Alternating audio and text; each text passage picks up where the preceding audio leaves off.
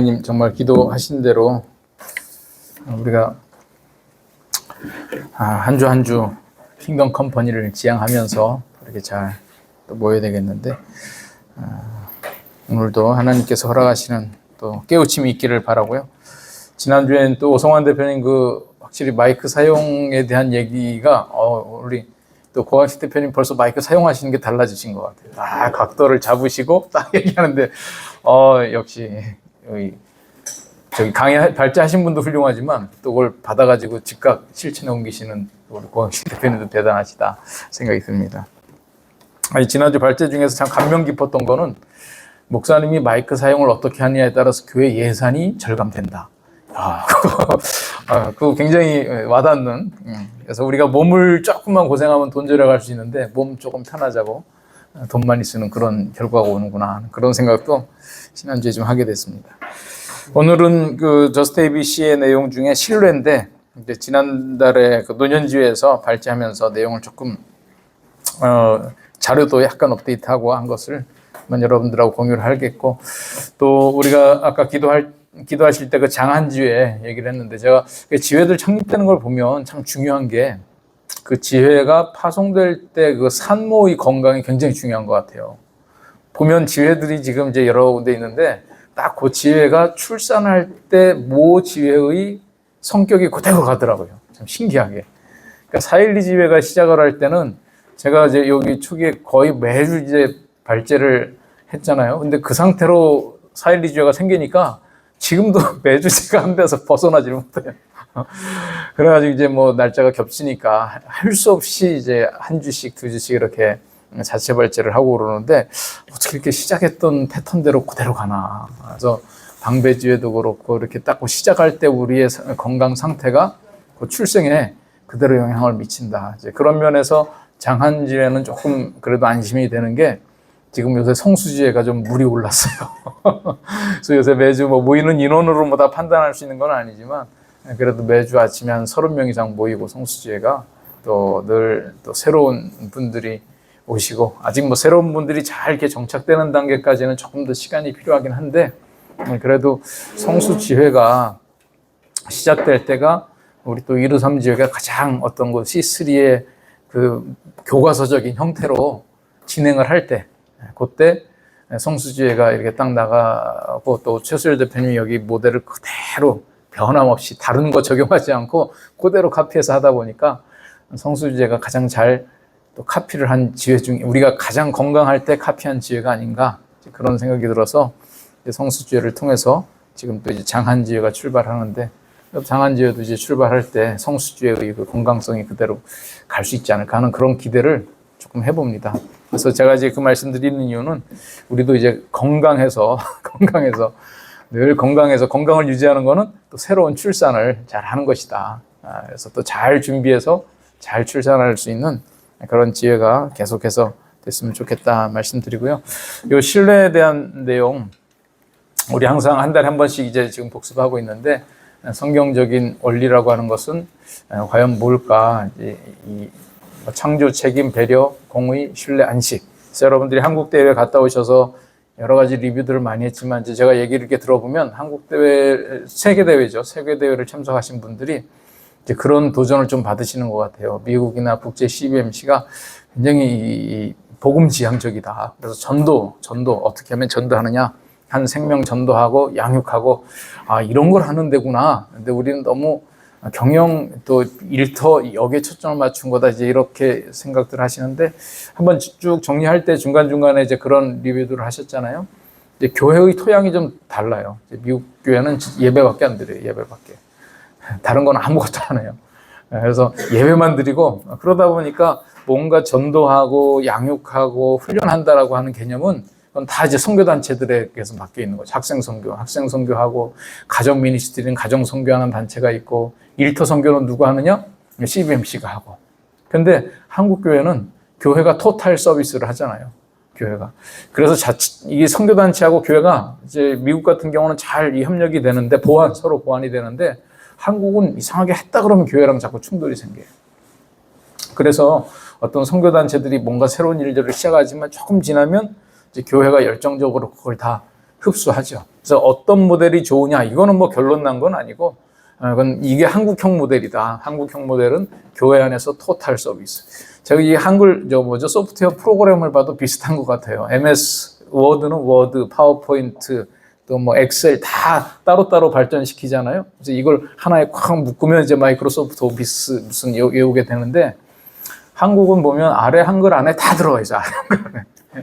한글 안에 모든 기능을 다 집어넣어 가지고 하다 보니까 워드는 좋은데 다른 기능들은 이게 좀 다 떨어지는 거죠. 그래서 어떤 모델이 좋은지는 여러분들이 선택을 하시면 되는데 이게 이제 한국에서는 이제 그런 부분들이 있다. 그래서 우리 CBMC 안에서도 가정사역이라고 하는 가델 이런 것도 하고 그랬어요. IMF 다도 가정이 깨지니까 결국은 우리 대표자들의 가정을 세워야 된다. 그래서 지금도 그 CBMC 보면 가대를 열심히 하셨던 분들은 여전히 한 그룹으로 해서 모이고 계시고 하더라고요. 근데 그런 부분들이 왕성하게 나가기가 조금 힘든 게 교회에서 그런 부분들을 경쟁적으로 하니까.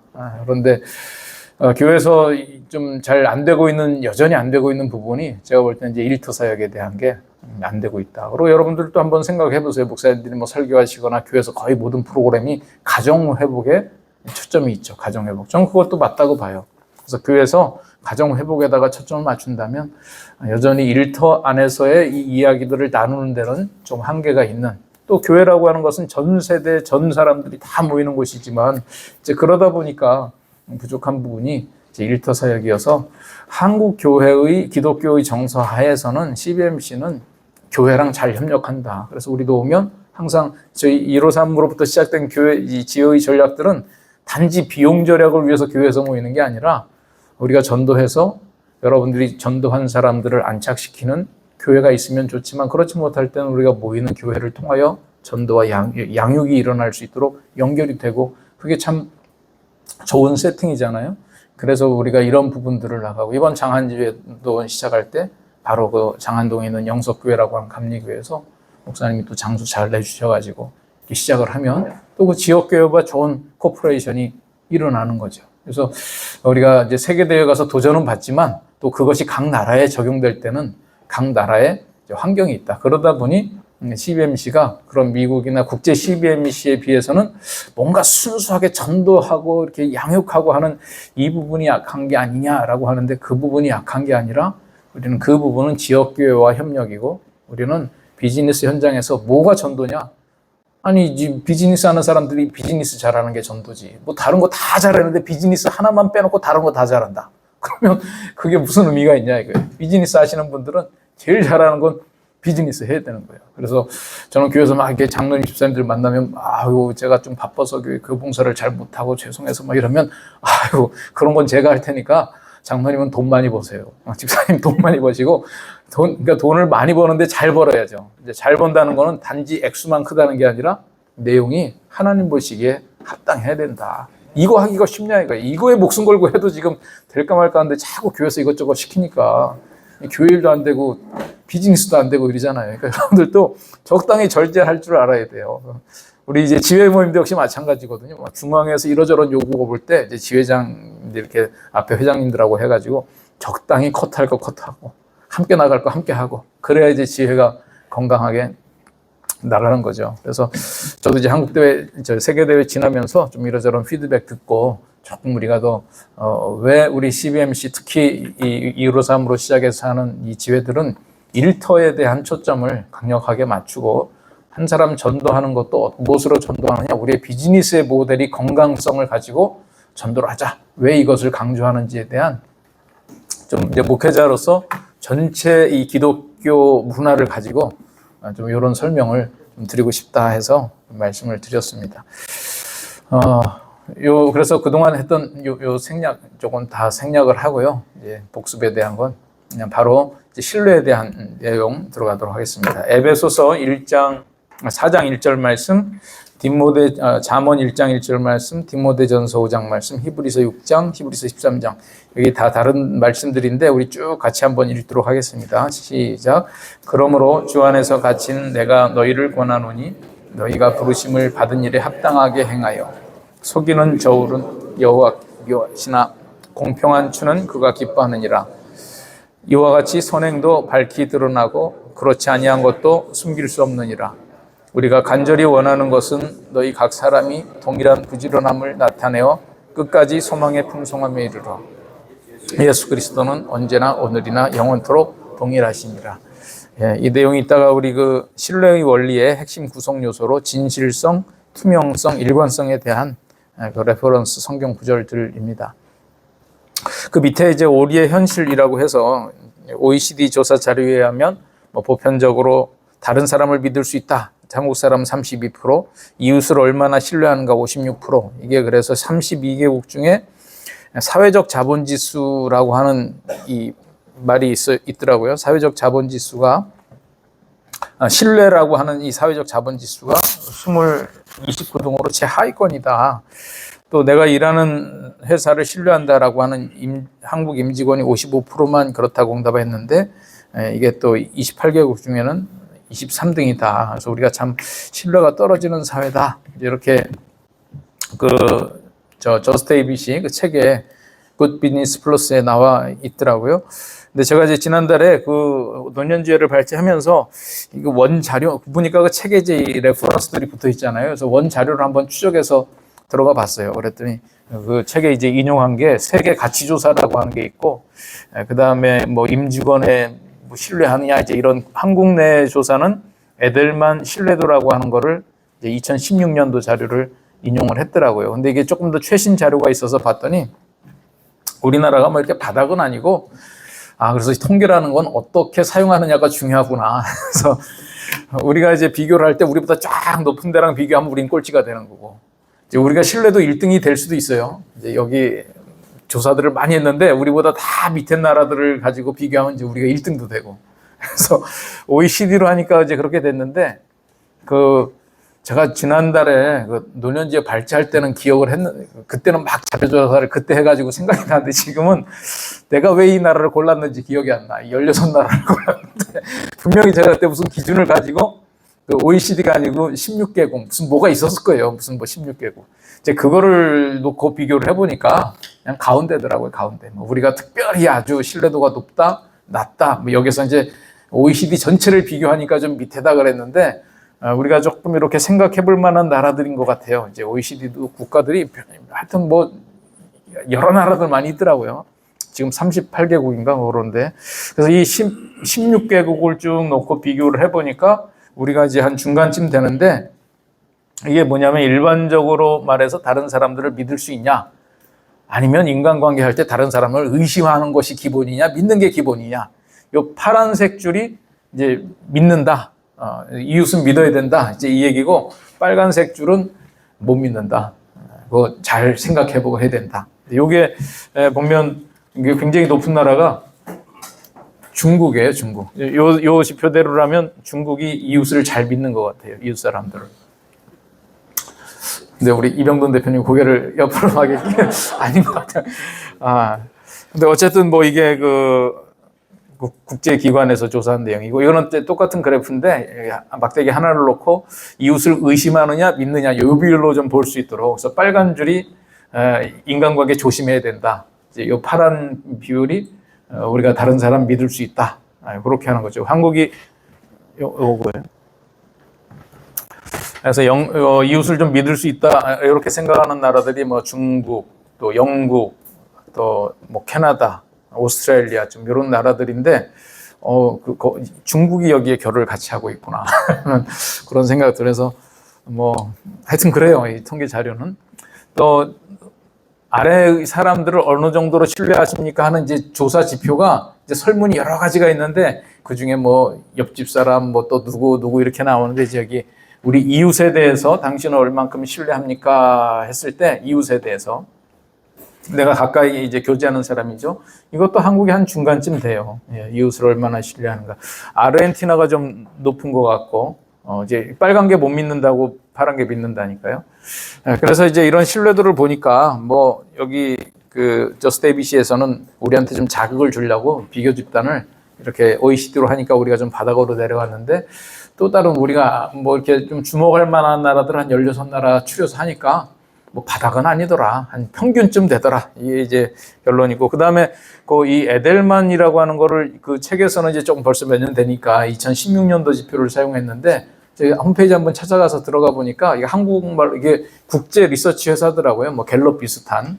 여기에서 계속해서 뭐 이 돈 받고 일하는 데지만 또 갤럽도 보면 자기들이 의뢰하지 않아도 자기 회사 차원에서 계속 조사해서 발표하는 것들이 있거든요. 일종의 그것도 홍보죠.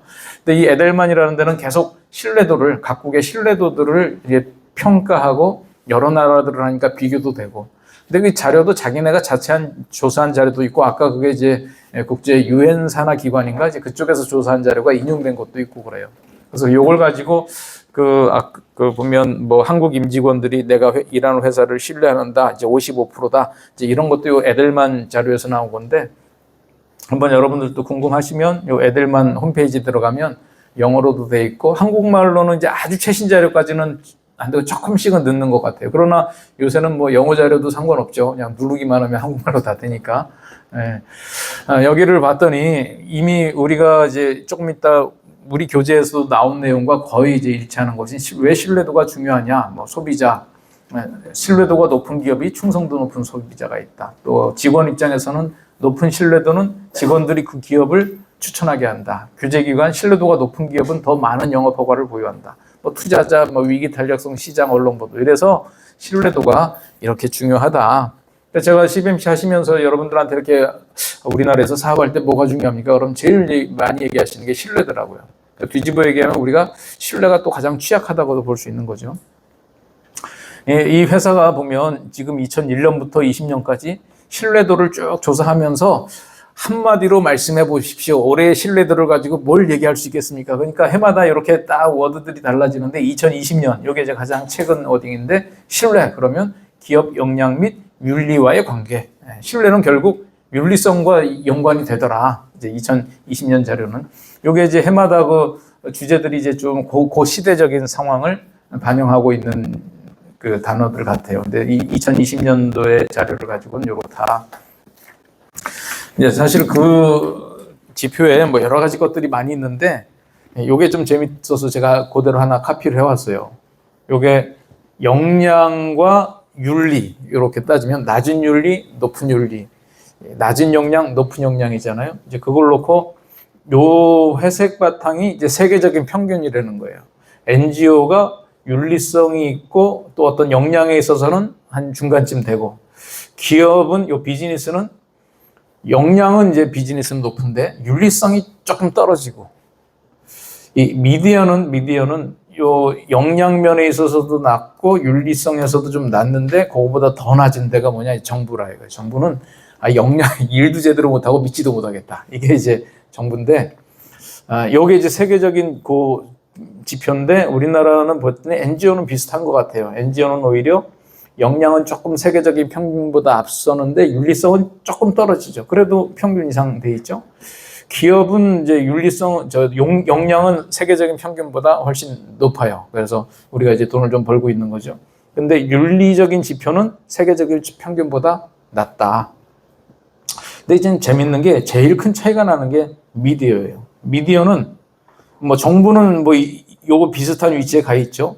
윤리도 낮고 역량도 낮은데 미디어는 사실은 국제적인 지표는 역량도 조금 정부보다 높아야 되고 윤리성도 하여튼 정부보다는 좀 높은 곳에 있어요. 근데 이제 우리나라의 가장 큰 차이는 봤더니 미디어가 윤리성이 정부보다도 떨어진다.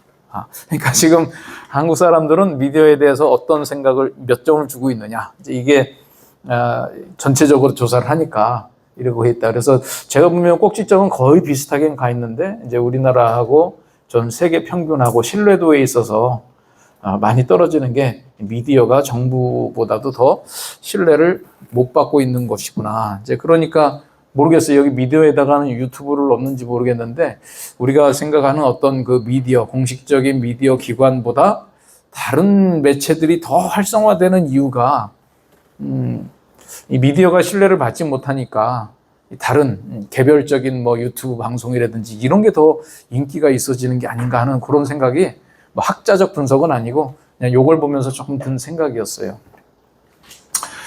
그래서 이 그 에델만 조사에서 얘기를 하는 게 봤더니 회사의 신뢰도에 있어서 윤리적인 여인이 역량보다 3배가 더 중요하다. 그러니까 그 회사가 얼마나 일 잘하느냐보다 얼만큼 윤리성이 있느냐가 그 회사의 신뢰도를 더 높여준다. 이게 그 자료의 결론이었고, 오늘 우리도 한번 참고해 볼 만한 내용이라는 거예요. 그래서 신뢰도가 높아지면 결국 장사가 잘 된다는 거 아니에요. 아까 그 신뢰도의 영향력 쭉 얘기하는데, 그러면 내가 장사 잘하는 데 있어서는 내 실력보다 얼마나 깨끗하냐, 윤리적이냐가 더 큰 영향을 미친다는 거예요.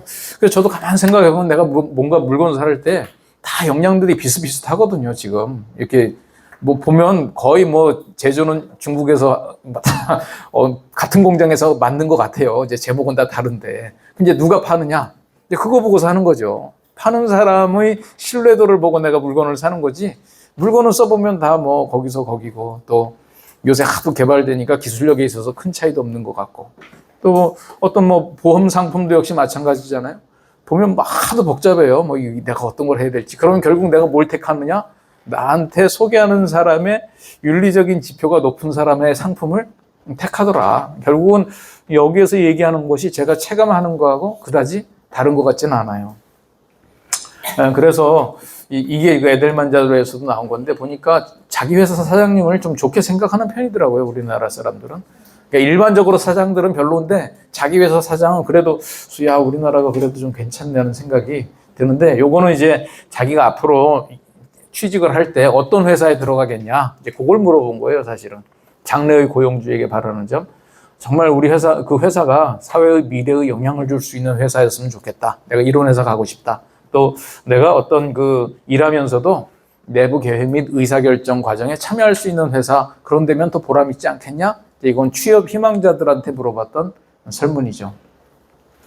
그래서 지금까지 나왔던 것이 제가 이제 우리의 현실, 그 책에서 나온 내용들의 원 자료를 가지고 최근까지 업데이트된 내용들을 한번 생각을 해 본 거고요.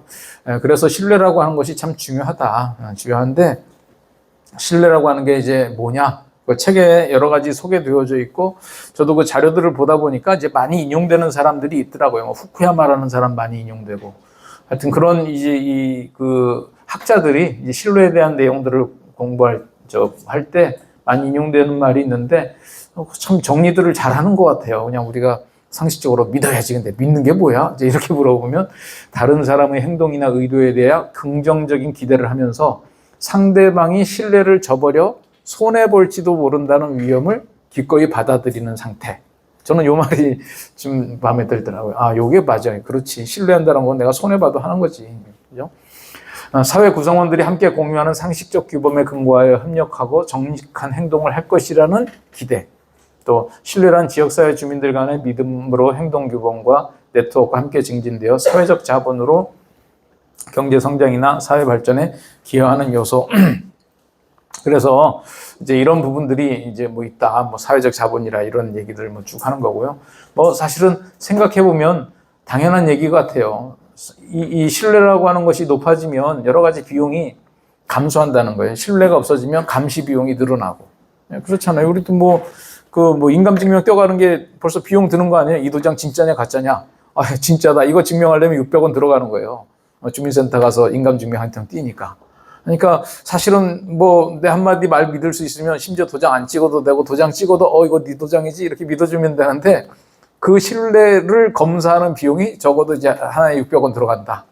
뭐 600원만 들어가겠어요? 우리는 뭐 이렇게 하면, 사회복지 같은 경우도 어떤 시설을 수탁받아서 운영을 할 때 우리가 이제 이만큼 돈 내가지고, 정부에서 물론 나오는 돈이 있지만 우리가 요거 잘 돌아가기 위해서 요만큼 좀 기여하겠다. 그러면 그걸 가지고요, 이행 보증보험을 들어오라는 거예요. 보증보험. 그래서 왜 보증보험 드냐? 만약에 니네가 돈 안 내면 그 보험에서 돈 받아야 되니까. 아니, 돈을 내겠다는데도 보증보험을 들어오라. 또 보험료 들어야 되잖아.